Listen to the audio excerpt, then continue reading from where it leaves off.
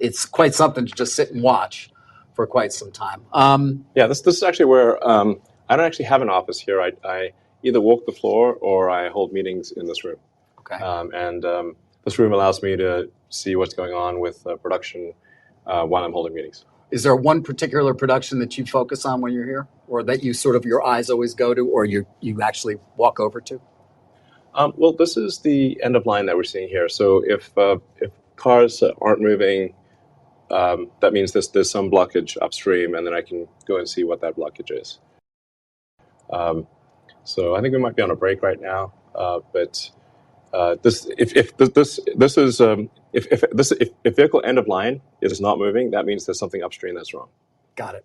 Well, it's been amazing just to walk around the facility a bit and get a sense for the size. All right, you just finished your annual meeting. You took a lot of questions from a very eager audience. I feel like most of it you've shared before, but there was some news, and I want to start there. Advertising.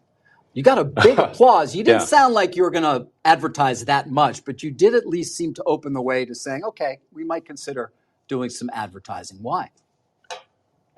Well, I mean, I believe in listening to shareholders, and I actually was surprised by the level of enthusiasm for advertising, since we have not historically done that. But there perhaps is some good logic to it in that if we're simply sending out information via, say, the Tesla Twitter account or my Twitter account, we're somewhat preaching to the converted, and not reaching people that are not already convinced, essentially. So I think they probably have a good point. I think it's worth a try, and we'll see. So we'll see how effective it is. Do you have any idea how you'd like to try it or what that would involve? Well, I mean, I have some general thoughts about advertising that if advertising is informative and entertaining, then it can start to approach content.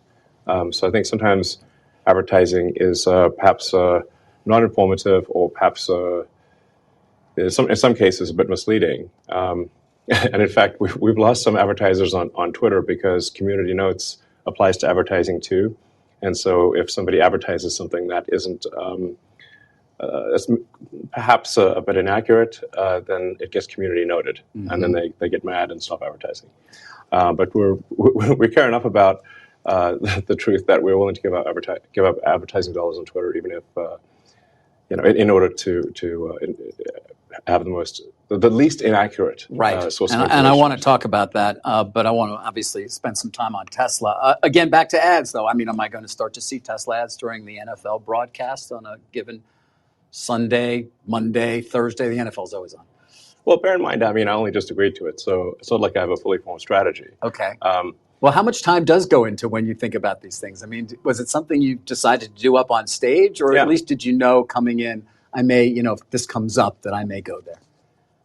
No, I mean, the questions are not scripted in any way. Right. So in that moment, you just said, all right, we'll do some ads. That's right.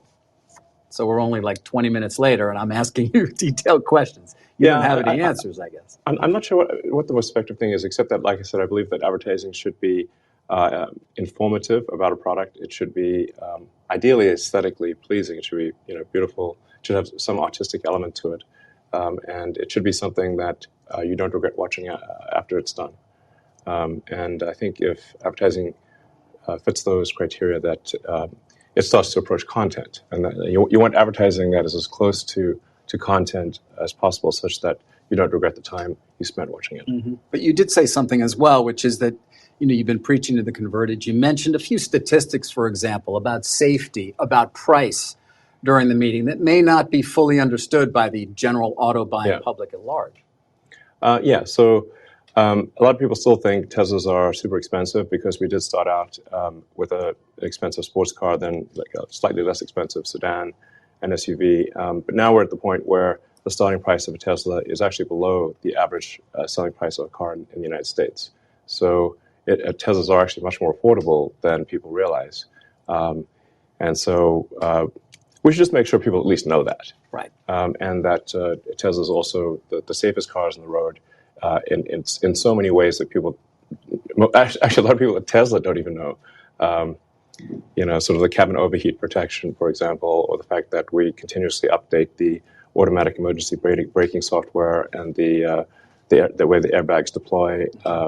So we look at an accident, we say, is there anything we could do from a software standpoint to improve the cars that are already on the road?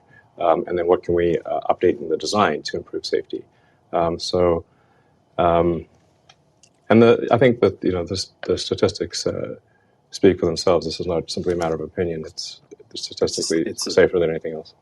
You mentioned affordability. It's something you discussed during your meeting. You've also discussed it a bit on the earnings call recently as well, in relation to the Federal Reserve raising interest rates and obviously the monthly cost for a typical auto buyer. Mm-hmm. You think it's going to be a tough 12 months ahead. You've said that a few times. Yes, for everyone, not just Tesla. Understood. So it's, it's simply, you can think of raising the Fed rate as somewhat of a brake pedal in the economy. Frankly, it makes a lot of things more expensive. Certainly things that are bought with credit, but then it has downstream effects on even things that aren't bought with credit. So, if the car payment or your home mortgage payment is absorbing more of your monthly budget, then you have less money to buy other things. So actually, it affects everything, even those things that aren't bought on credit. So, and my concern with the way the Federal Reserve is making decisions is that they're just operating with too much latency. Basically, the data is somewhat stale. So the Federal Reserve was slow to raise interest rates, and now I think they are slow to they're going to be slow to lower them. That appears to be the case. Yeah, that may well be. We spent a lot of time talking about that, as you might imagine, on CNBC, yes. Perhaps too much. But when it comes to latency, that takes me to pricing, because you've discussed the lack of latency in your own ability to understand exactly what's going on in the market for those cars, as opposed to many of the legacy and other competitors. We have real-time information on demand. So, so we know how many people placed an order for a Tesla yesterday. So the computer calculates that all, and literally every day we get an automated email to the exec staff that says how many people placed an order in which countries for which cars, and so we know what demand we know what the orders were yesterday, and now you don't want to overreact to these things, because sometimes you get like little dips for reasons that are hard to explain. Do you look at them every day? Yeah. But like I said, you don't want to overreact to if like a week is slow or something, you don't want to overreact to that. But if you look at the trend, say for over two week span or something like that, you can see that there's this for some reason the demand is less than it was, or it's higher. Mm-hmm. Do you adjust pricing to that? I mean, are you almost like an airline at this point in terms of kind of your dynamic pricing model? Yes. So we basically adjust pricing to match demand, and we obviously did a big price drop in Q1. But now January is usually a terrible time for car buying. So there's seasonality to car purchases. With January is often the worst month. So we did a big price drop, and then recently we did a price increase. So as I mentioned to the audience, the reality is that all car companies make significant adjustments to price, because you've got the MSRP number, and then if demand is high, dealers will charge some premium over MSRP. If demand is lower, they will have manufacturer incentives. So you can actually see a very big difference over the course of, say, 6 months between the peak to trough of all cars. It's just that Tesla is so immediate and obvious and transparent. It's not a question of MSRP and then markups or discounts. Right. But after your last earnings, a lot of investors came away wanting to talk about your margins and wanting to talk about your pricing. In particular, I think, you talked about vehicle cost reduction. You sort of even said it's hard to explain the profundity of technically selling cars now for no profit and still yielding tremendous economics over time. Yes. I'd like you to explain a little bit more of what that means. You did a bit in the meeting as well. You're talking about sort of the move, I think, from manual to autonomous and the value add that will come along with that. But explain to people why that's profound and why conceivably, not that you want to, you could sell automobiles now for no profit and still make enormous profit in the future. So Tesla is the only car company selling cars where we believe the car is capable of achieving full autonomy with a software update. So the value of a fully autonomous car is, we think, perhaps 5 times more valuable than a non-autonomous car. Why? Well, the utility of a car, typically a passenger car, is going to be maybe 10 hours a week, maybe 12. If you say like somebody's going to drive an hour and a half a day on average, so maybe an hour commute per day and then an occasional long trip, but figure it's like 10, 12 hours a week is typical for a passenger vehicle. And then you also have a lot of costs associated with parking. You need a garage, or you've got to buy a parking space, or you've got to get a parking ticket at the mall. There's a lot of costs associated with cars. Now, if you've got a car that's autonomous, that can go around and essentially be like an autonomous Uber, the utility, I think, is going to be, well, it's going to be much higher. Perhaps, and this again, there's so much speculative. I understand. We're talking about robo-taxis here, at least what people have called it. You have called. Yeah, like an autonomous Uber is Right. a way to think about it. So perhaps the utility then would be on the order of 50 hours a week. This is just a guess. Say there's 168 hours in a week, and probably, as a rough guess, an autonomous car will be able to be active instead of for 10 hours a week, probably in our view for about 50. But it's the same car, and it costs the same to build. I want to understand the business model a little bit, because I'm buying the car, and instead of it parking at my lot while I'm working, it goes off and picks people up and drops them off. Yes. Who's making the money from that? I assume that's the value add you're talking about. Is it a revenue share? Do you have this model sort of planned out specifically as how it would look? It's been in the Tesla terms and conditions for quite a long time. Oh, it has. Yes. So the owner of the car would make I don't know, some amount. Who knows what it would be, but perhaps it could be a 50-50 split or 70-30. I don't know. But the cars are if you buy a Tesla car, it can only be used in the Tesla network. It cannot be used in someone else's network. So that means that if the car is able to be used 5 times as much, Tesla is likely to make basically 2 or 3 times the original value or sale value of the car in robotaxi revenue. Right. So this is gigantic. As I said, it'll be like selling cars for software margins, because in fact it is software. Right. Instead of effectively having, say, 25% margins, it might be 70% or more. I mean, the free cash flow associated with that is actually truly a staggering amount. The best analysis that I've seen thus far about this is from Kathy Wood's firm, ARK Invest. We know Kathy well. Yeah, she's great. Yep. I would assume you like her, obviously. She's been a huge proponent of your stock for many years. Was right, by the way, very early on. She was right. Yeah. I thought she was being optimistic, but she turned out to be, in fact, almost spot on. Yeah. And I am familiar somewhat with her analysis.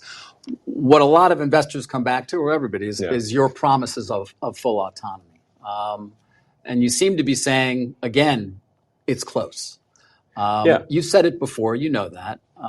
Yes, no, I mean, you said it in 19, I think about 20, and I've certainly been, I guess I have somewhat of a pathological optimism. Well, it works, by the way, because you don't end up with this unless you're optimistic. But yeah, exactly. I mean, who would try to do this and rockets if they weren't pathologically optimistic? No, you'd have to be. So there's a double-edged sword, I guess. But do you ever say to yourself, all right, I'm getting a little ahead of myself here? I mean, when you said, again, we're going to have full autonomy. No, I didn't say we will. I said, I think, in my opinion, we probably will. Okay. Right. There's a number of qualifiers there. I think, in my opinion, we probably will. So what do you think, in your opinion, you probably will? When? I mean, it does look like it's going to happen this year. Why? Well, we're now at the point where the car can drive on highways and in cities with, and where a human intervention is extremely rare. So, I mean, I was able to drive for several days, just dropping a navigation pen in random locations in the greater Austin area with no interventions. And the same in San Francisco, which is a very difficult place to drive. So, I mean, you've got bus lanes, one-way streets. You know, so it's quite a challenging homeless situation. You were driving recently in San Francisco, or the car was? I have been doing that quite a lot because of Twitter's headquartered. Of course. There. So, maybe less, maybe a little less soon. Yeah. We'll get to that. But finish your point, though, in terms of why you feel why you're optimistic. I'm optimistic for that reason, which is that I've actually never. This is the first time I've had a situation where there's been several days in a row picking random destinations and having no safety-related intervention. Right. It's the first time ever. I want to get to a lot of other topics, but I am curious on Tesla in particular. One thing I haven't heard you discuss is the impact on your business of the Inflation Reduction Act. At least I haven't heard it. Maybe you've discussed it. Adam Jonas, who follows your company at Morgan Stanley, said, "We believe the IRA is so advantageous to Tesla in terms of absolute dollars versus the legacy OEMs, it could equal as much as 45% of current earnings per share." Is the IRA going to be usually beneficial to your company? I'm not sure it's going to be that beneficial.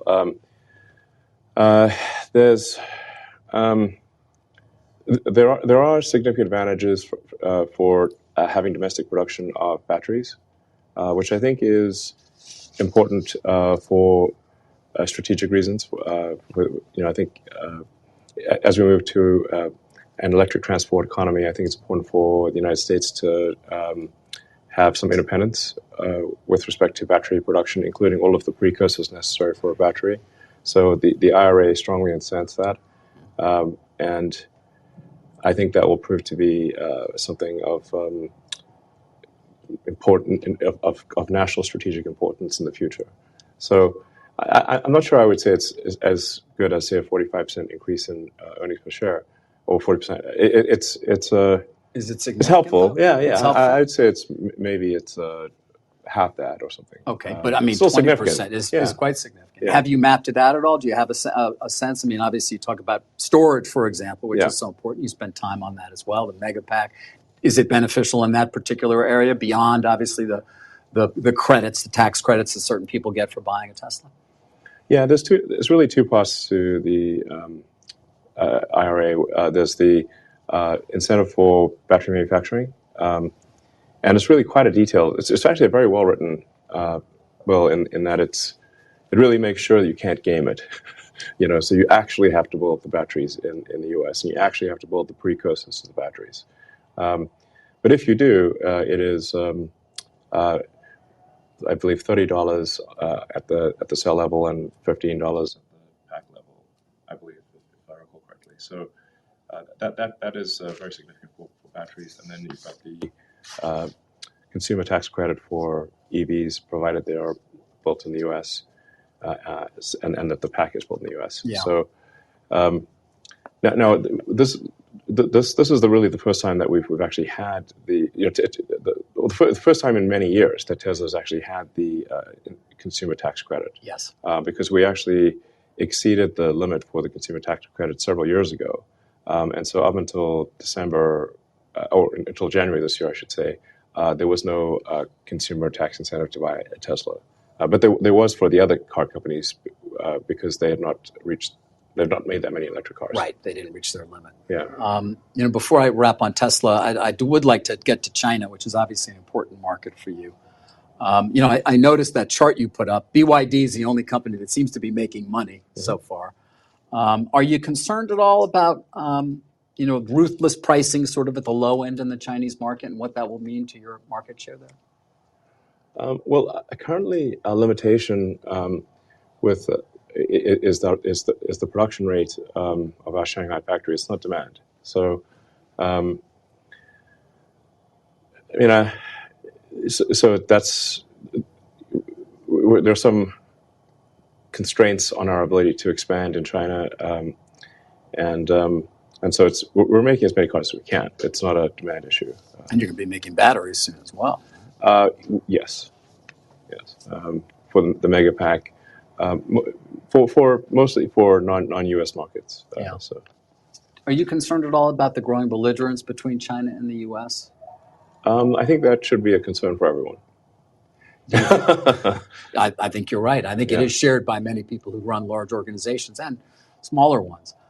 Do you think, for example, China will make a move to take control of Taiwan? The official policy of China is that Taiwan should be integrated. Mm-hmm. One does not need to read between the lines. One can simply read the lines. Do you think that? So I think there's some inevitability to the situation. That would not be good for Tesla, conceivably, or for any company in the world, frankly. Yes, for any company in the world. I think almost no one realizes that the Chinese economy and the rest of the global economy are like conjoined twins. It would be like trying to separate conjoined twins. That's the severity of the situation, and it's actually worse for a lot of other companies than it is for Tesla. I mean, I'm not sure where you're going to get an iPhone, for example. Apple's recently started doing some sort of small amount of production in India, but it's tiny. It's tiny. Not to mention an advanced semiconductor chip if they take over Taiwan Semi. Correct. So I mean, you design your own chips, but you manufacture them at Taiwan Semi too, right? We do some. We use Samsung and TSMC. Right. But you seem to think it's likely to happen. I'm simply saying that is their policy, and I think you should take their word seriously. They mean it.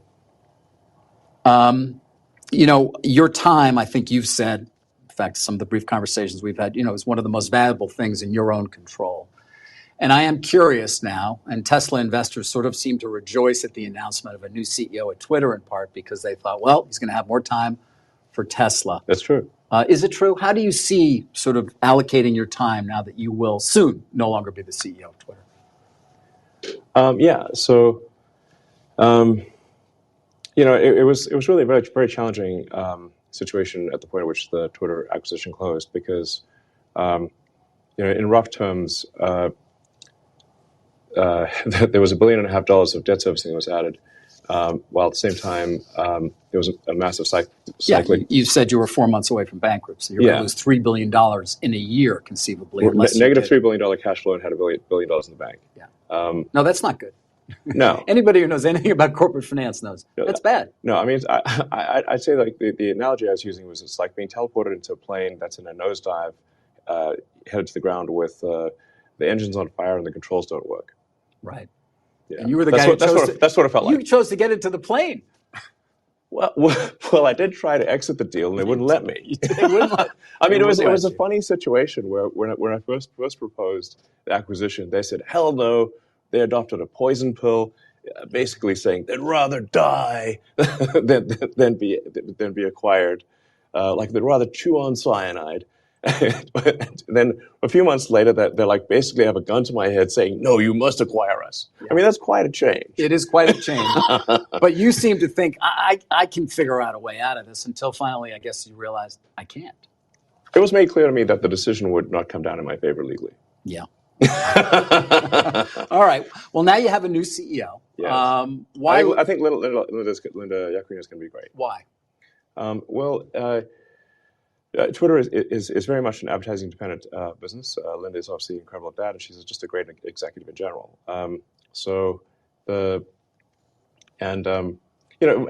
My skills and interests are in technology. I'll continue to play a role advancing the software, and getting the features and product stuff, basically. Right. So, I mean, the general idea is Linda will operate the company, and I will build products. Yeah. And I think that's a good And that will take less of your time. Yeah, and I have that situation at SpaceX. Gwynne Shotwell, who's Right. amazing, Yep. Operates the company, and I work in the sort of advanced technology, Right. sort of designing the new rockets and that kind of thing, and that's everyone should play to their strengths, and that's mine. That's true. Although I wonder, in 2021, you said you spent most of your time on the development of Starship. I think Yes. you've also been quoted, I read, or I think I heard you say actually, most of your mental energy at certain points has been on Starship. Yes. So I wonder, have you been diverted from Starship a little bit and will return to it as the main focus, or is it Tesla? Again, your time, I know, having tried to schedule this interview with you. Time triage is a real thing for me. Yeah. In fact, I'd say that the only real currency is time. Time is the only true currency. So where are you going to spend the currency now that you don't have to spend as much at Twitter? Well, I'm going to be devoting a lot more time to Tesla, and especially on the AI development, and new product development. And then I'll also be allocating some more time to getting Starship to orbit. In the case of SpaceX, what I was able to do there was to as the Starlink constellation started working, I was able to move some of the best people from the Starlink program to the Starship program. So they were, the timing kind of worked out well. We have really some of the world's best engineers at SpaceX and Tesla. Really, some incredible human beings. There was some statistic you shared. I think 3.6 million people applied for a job at Tesla. I wrote it down. I didn't write it down here, so it's remembered. But was that the number? Yeah, it's crazy.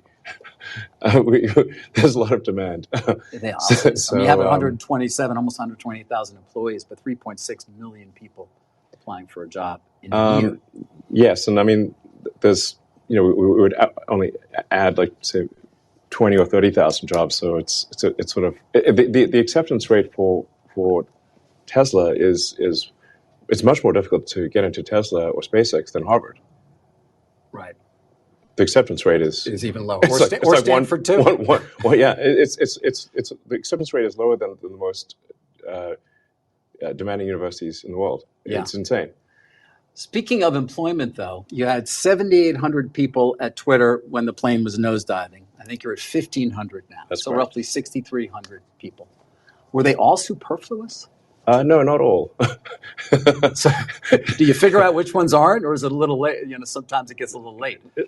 I mean, look, desperate times call for desperate measures. So there's no question that some of the people who were let go probably shouldn't have been let go because we simply did not have the time to figure out.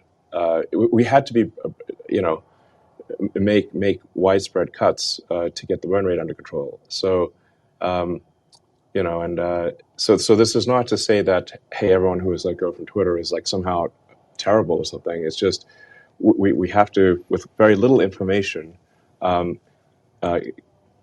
the headcount expenses and the non-personnel expenses down to where we're at least break even. And we're not quite at break even yet, but we're close. We need to do it fast. And if you do it fast, unfortunately, there are going to be some babies thrown out with the bathwater. So, I definitely would not want to say,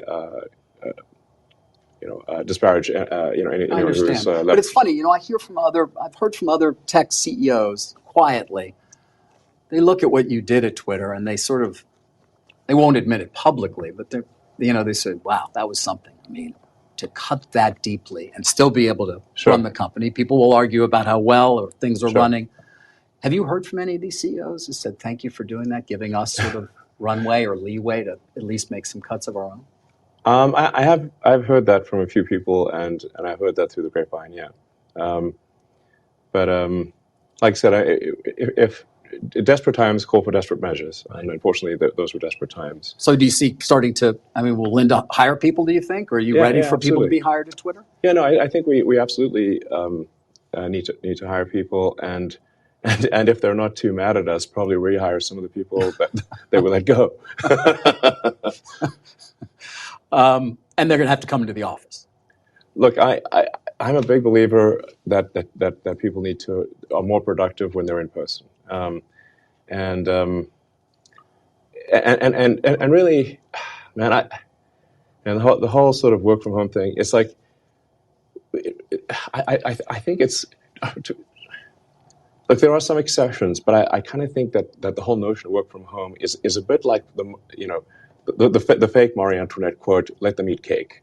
It's like really, you're going to work from home, and you're going to make everyone else who made your car come work in the factory. You're going to make the people who make your food that gets delivered that they can't work from home. The people that come fix your house, they can't work from home, but you can. Does that seem morally right? That's messed up. You see it as a moral issue? Yes. I mean, I see it more as it's a productivity issue, but it's also a moral issue. People should get off the goddamn moral high horse with the work from home bullshit. Because they're asking everyone else to not work from home while they do. And yet there's still pushback, by the way. It's still going on. This battle is still happening. I mean, leaders of organizations, and I speak to plenty of them, I want people back. 3 days a week, they're still battling. It's not clear that it's ever going to change. People are not coming back 5 days a week. Look, the laptop class is living in La La Land, okay? As I said, you can't, but look at the cars. Are people working from home here? Of course not. So the people were building cars, servicing the cars, building houses, fixing houses, making the food, making all the things that people consume. It's messed up to assume that yes, they have to go to work, but you don't. How is that? That is, it's not just a productivity thing. I think it's morally wrong. Although productivity is definitely impacted too, and the ability of people to learn, and I mean, on and on. Listen, I mean, look, people will disagree with me about this, but it's like.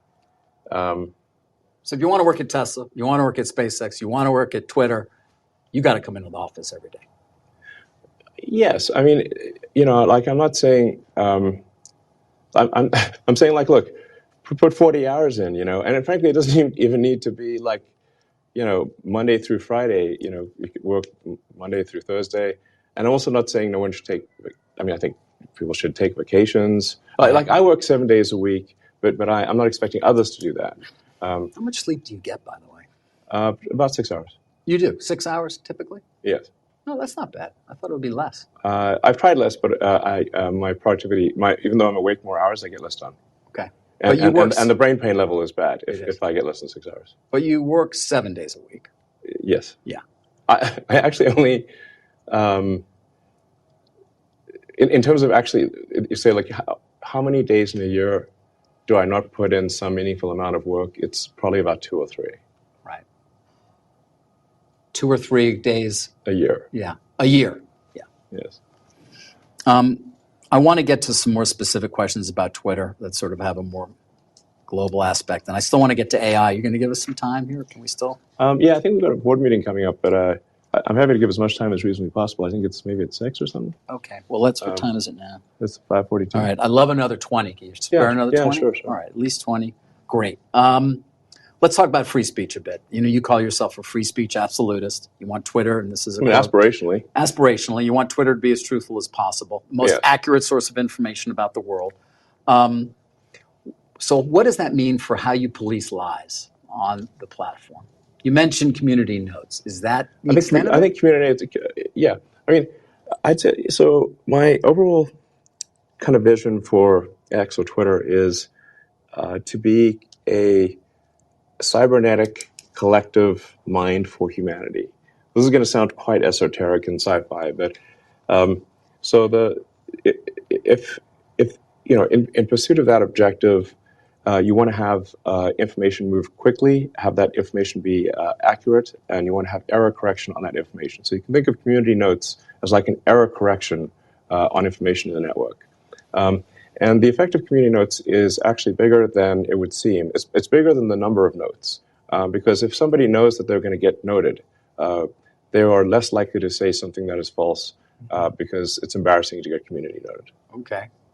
But if somebody, and that applies even to advertisers, by the way. Right, we've lost that's so far $40 million in advertising because it was misleading, or because the community note said it was. The community notes, they get two pretty big advertisers got community noted, and yes. I think on balance the community notes were correct, and I did say to those advertisers, look,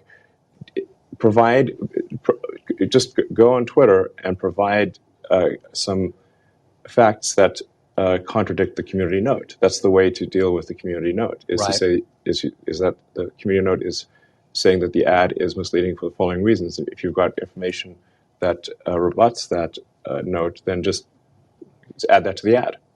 Okay. We're coming up on an election. I mean, it's a ways away, but it's going to all start. Yeah. President Trump is allowed back on the platform. He hasn't actually come back. Right. But one would imagine if and when he does, or there are others who will say 2020 election was rigged. Is that something, I assume that's not something you believe? I think the answer is nuanced. Do I believe Biden won? Yes, I believe he won. And you voted for it. I did, actually. Do you regret that? I mean, man, I wish we could have just a normal human being as president. That's what I want. I think if we could, there's that old saying of like, we're better off being run by people picked at random from the phone book than the faculty of Harvard. Yeah, I don't know who said that, but someone very wise. And I would say if we could do that for the president, that would be great. You think that would be beneficial? So you're not obviously you're not happy with Biden. Don't we all just want a normal human being to be whatever the president? That means, whatever. I'm not even sure anymore what normal means. No, but I mean, like just I don't know, just you want somebody who's competent. That's helpful. Yes, I think definitely. Somebody's executive ability is underrated. Since the president is effectively the chief executive officer of the country, it actually matters if they're a good executive officer. Yeah, it's not simply a matter of do they share your beliefs, and but are they good at getting things done? There's a lot of decisions that need to be made every day. Many of them are unrelated to moral beliefs. Right, and you just want a good executive. Because they're CEO of America. They are. So we want a good CEO of America who's going to be an effective. Unfortunately, we live in highly partisan times where there is war about everything, including ideas, including the truth, which gets back to it's not true that the election in 2020 was rigged. It wasn't stolen. And I wonder on the platform, when you see that, does that end up in a community note, or is that something you take more action on? And obviously, that applies to so many. I mean, to be clear, I don't think it was a stolen election. But by the same token, if somebody's going to say that there was never any election fraud anywhere, this is obviously also false. Yeah. If 100 million people vote, the probability that the fraud is zero is zero. There's going to be, of course, there's always going to be some. A little. But is it going to, right? I mean, the tiniest bit, perhaps. I mean, this election was audited. It was so many judges. I mean, it went on and on and on, and there was nothing whatsoever that. I don't want to debate this with you. My question is more about. I think it's important to say, like, that in any given election, even if you try your hardest, if you've got 100 million votes, there's going to be some amount of fraud that is not zero, and that it's important to acknowledge that without saying that the fraud was of sufficient magnitude to change the outcome. Mm-hmm. So my opinion would be that there was some small amount of fraud, but it was not enough to change the outcome. Right, and by the way, it might have been either way. I mean, there's probably a little bit of each way. But again, it's going to be you're going to let people say that though on Twitter, and then you're going to hope that they're corrected. They will be corrected. They will be. Oh yeah, 100%. Let's talk a bit about your tweets because it comes up a lot. Even today, it came up in anticipation of this. I mean, you do some tweets that seem to be, or at least give support to some who would call others conspiracy theories. Well, yes, but I mean, honestly, some of these conspiracy theories have turned out to be true. Which ones? Well, like the Hunter Biden laptop. That's true. Yeah. Yeah. So, that was a pretty big deal. There was Twitter and others engaged in active suppression of information that was relevant to the public. That's a terrible thing that happened. That's election interference. But how do you make a choice? You don't see, I mean, in terms of when you're going to engage. I mean, for example, even today, Elon, you tweeted this thing about George Soros. Well, I'm looking for it because I want to make sure I quote it properly. But I mean, you know what you wrote. But you I said it basically, reminds me of Magneto. This is like, calm down, people. This is not like made a federal well, case out of it. you also, I know, you said he wants to erode the very fabric of civilization, and Soros hates humanity. Like, when you do something like that, do you Yeah, I think think that's about, true. That's my opinion. okay, but why share it? Why share it? Especially, because, I mean, why share it when people who buy Teslas may not agree with you, advertisers on Twitter may not agree with you? Why not just say, hey, I think this. You can tell me. We can talk about it over there. You can tell your friends. But why share it widely?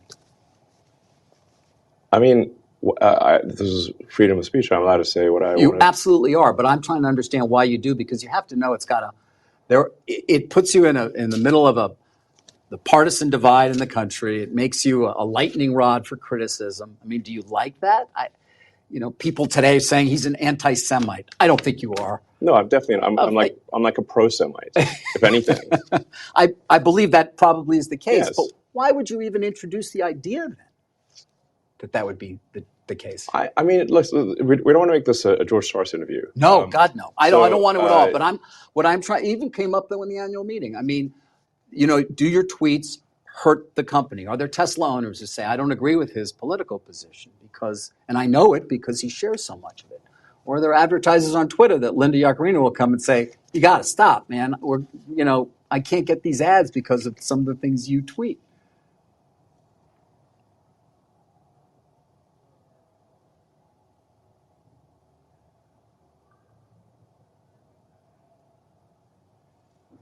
I'm reminded of there's a scene in The Princess Bride. Great movie. Great movie. Where he confronts the person who killed his father. And he says,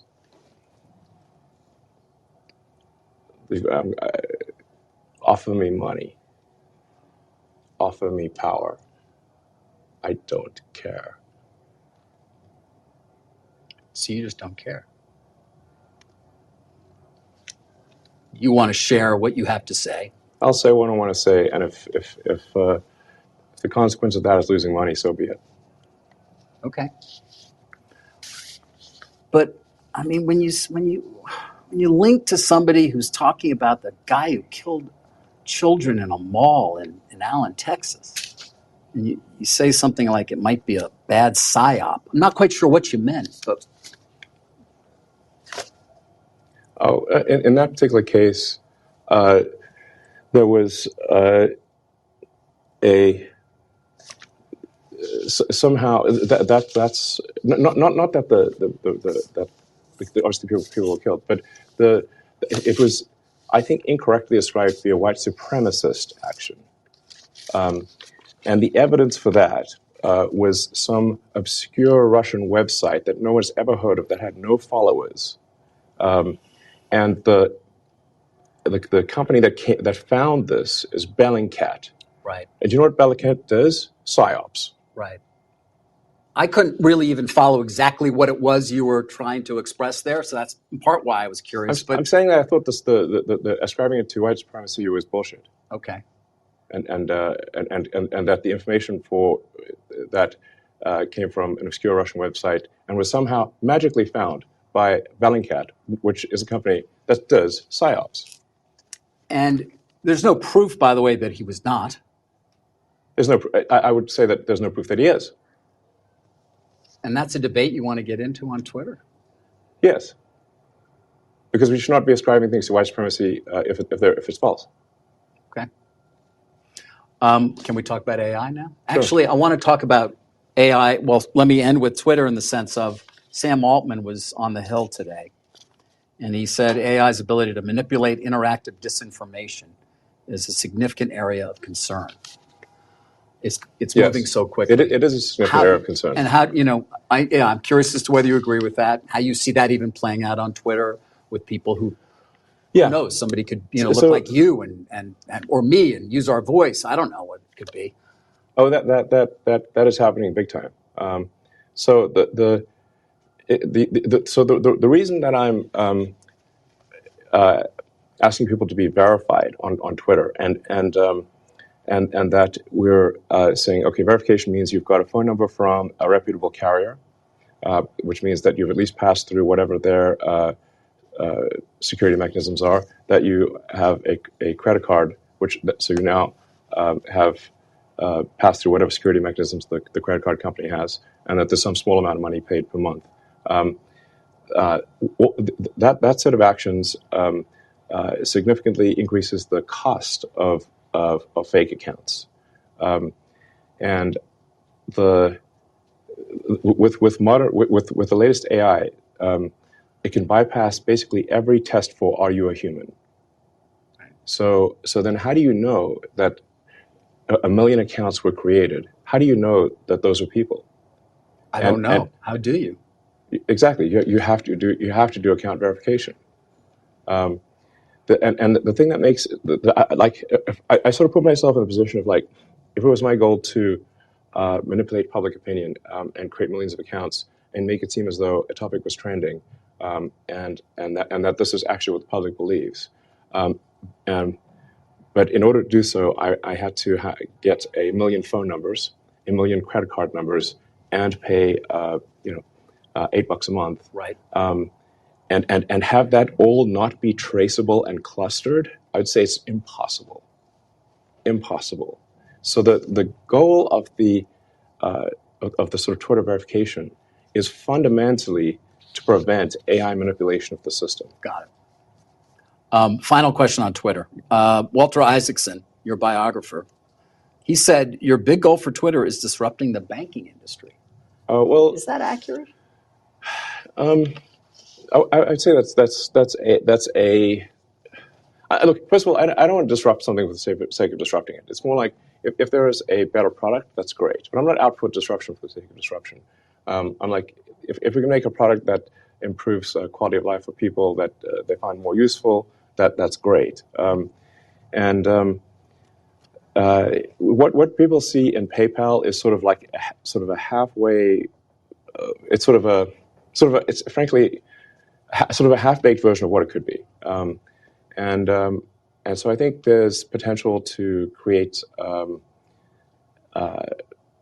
more efficient financial system.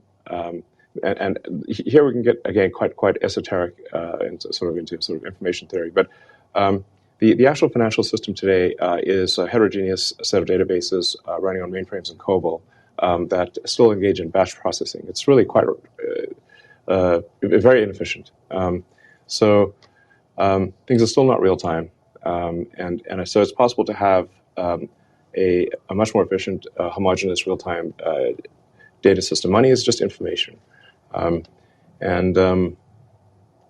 so but that's not like the only reason. It's just a thing that would be, I think, poetic to fulfill ultimately the vision that I had for X over 23 years ago, right. and actually see that come to fruition would be nice. But there are many other things for Twitter. It's not just financial stuff. Well, you talk about enhancing humanity. I'm curious then about AI, which many people say will lead to great productivity gains. You showed those robots. I mean, I can imagine what they conceivably could do when powered by AI. But I'm also curious, because you've certainly been concerned, what percentage do you give the chance that it will destroy humanity? Well, the advent of artificial general intelligence is called a singularity because it is so hard to predict what will happen after that. I think it's very much a double-edged sword. I think there's a strong probability that it will make life much better, and that we'll have an age of abundance. and there's some chance that it goes wrong and destroys humanity. Hopefully that chance is small, but it's not zero. And so I think we want to take whatever actions we can think of to minimize the probability that AI goes wrong. And you've called for a pause, along with a number of other people. Yes, look, when I called for a friend of mine, Max Tegmark, is a physicist at MIT, wanted me to sign on to the letter. And it's like I knew it would be futile. It is futile. It's futile. I knew it would be futile. I just wanted to call it like it's one of those things. Well, for the record, I recommended that we pause. Okay. Did I think there would be a pause? Absolutely not. So, but you're starting XAI. I think that's what you're calling it, or some new AI effort. How's it going to be different than OpenAI or Alphabet? This is not the time to this. It's not. We don't have enough time, and nor is this the moment to really talk about it. Okay. We will have a launch event, and we will explore the issues in more detail. But I should say that and I mentioned this at the shareholder meeting, that Tesla has actually tremendous capability in real-world AI. Yes. In fact, it is very far ahead of anyone. I know people actually on Twitter prior to our interview were saying, he never gets asked about how advanced his AI is at Tesla. You always talk about the other names. Tesla AI is, like I said, it's like, I'm not even sure who's second, frankly. Why is that? What are people not understanding about what you have, and why are we talking so much about ChatGPT and generative AI at OpenAI and what Microsoft's going to be able to do with it, and not about Tesla? I don't know. I mean, people do talk about it online. I think Tesla will have sort of a ChatGPT moment. Maybe if not this year, I'd say no later than next year. Wait, say that again. I'm sorry. You're going to have a sort of ChatGPT moment. Oh, you will. In terms of suddenly it will. Yeah, suddenly 3 million cars will be able to drive themselves with no one. Right. It goes back to that. Right. Yeah, and then 5 million cars, and then 10 million cars. So And I would also say that if positions were reversed and say, well, in fact, the positions are reversed. For example, Google has Waymo, which is sort of attempting self-driving, and they are able to make self-driving work in a very limited geography with very tightly mapped streets. But as soon as anything goes wrong with those streets, like there's an accident or a parade or road construction, it stops working. Basically, Google is unable to produce a generalized solution to self-driving that works anywhere.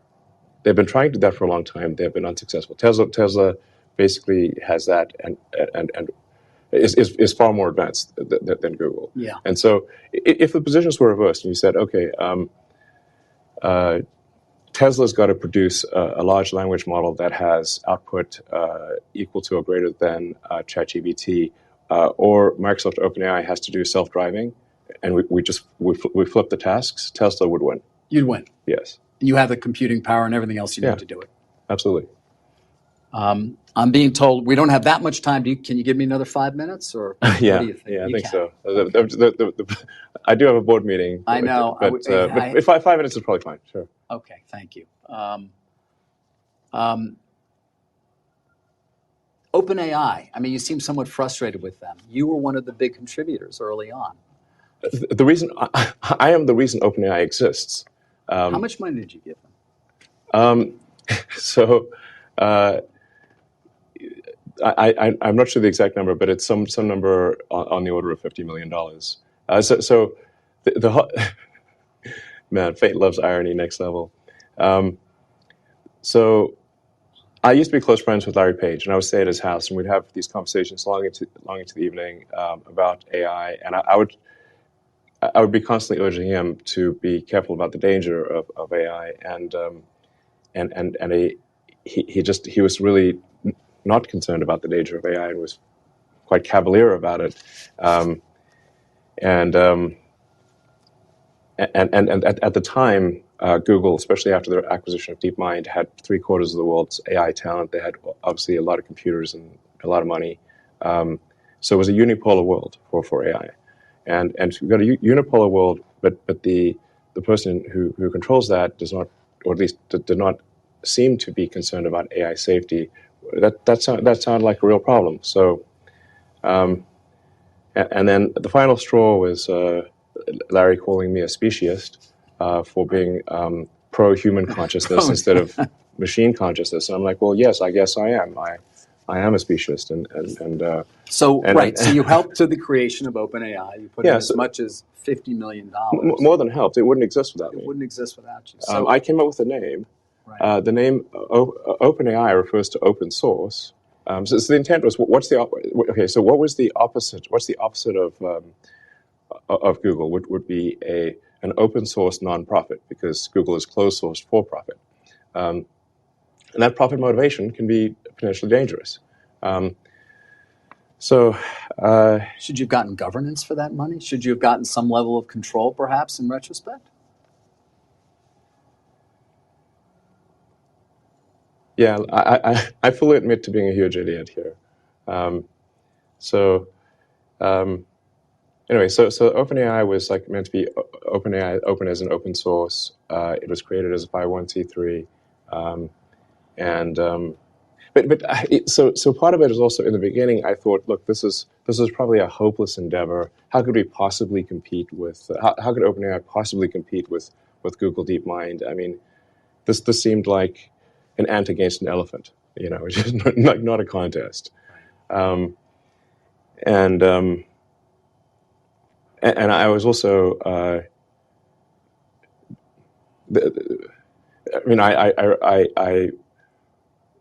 was instrumental in recruiting the key scientists and engineers, most notably Ilya Sutskever. In fact, Ilya went back and forth several times because he would say he's going to join OpenAI, then Demis would convince him not to, then I would convince him to do so, and this went back and forth several times, and ultimately he decided to join OpenAI, and really Ilya joining was the linchpin for OpenAI being ultimately successful. So you're very disappointed in what's happened there in terms of it becoming a for-profit. Did you take any action? Did you sue them in some way? I do think that there's some...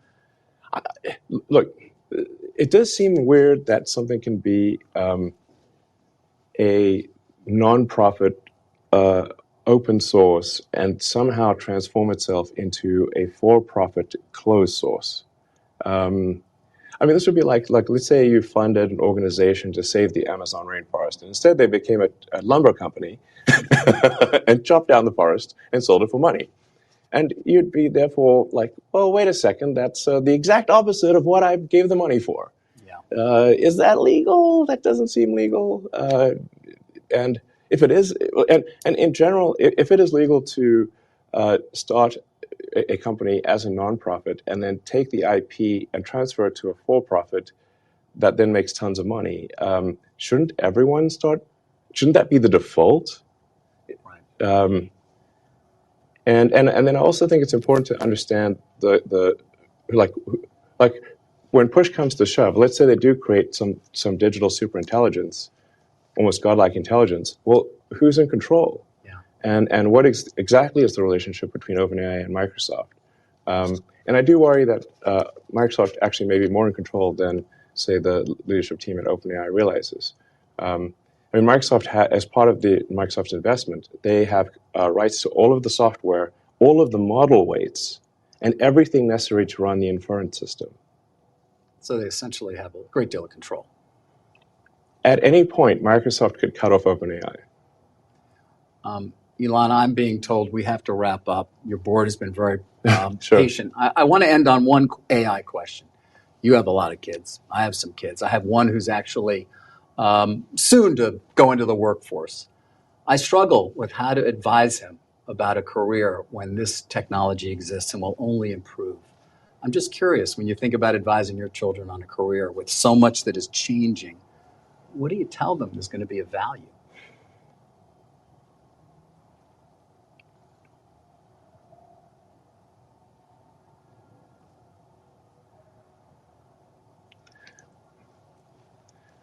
Well, that is a tough question to answer.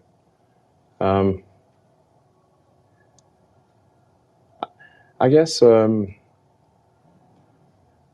would just say, to sort of follow their heart in terms of what they find interesting to do or fulfilling to do, and try to be as useful as possible to the rest of society. If we do get to the sort of like magic genie situation where you can ask the AI for anything, and let's say it's even the benign scenario. Let's say it's a benign scenario. How do we actually find fulfillment? It's how do we find meaning in life if the AI could do your job better than you can? I mean, if I think about it too hard, it frankly can be dispiriting and demotivating. Because I mean, I go through. I've put a lot of blood, sweat, and tears into building the companies, and then I'm like, wait, well, should I be doing this? Because if I'm sacrificing time with friends and family that I would prefer to do, but then ultimately the AI can do all these things. Does that make sense? I don't know. To some extent, I have to have deliberate suspension of disbelief in order to remain motivated. So I guess I would say just work on things that you find interesting, fulfilling, and that contribute some good to the rest of society. Okay. Well, that's a great place to end. There's so much we didn't get to. I hope you'll give me another chance to sit down with you. But Elon, thank you for being so generous with your time. Thanks to your board for waiting as well. And thanks for having us here at this incredible facility. Appreciate it. Thank you. You're welcome. All right. Pleasure. Carl, I'm going to send it back to you.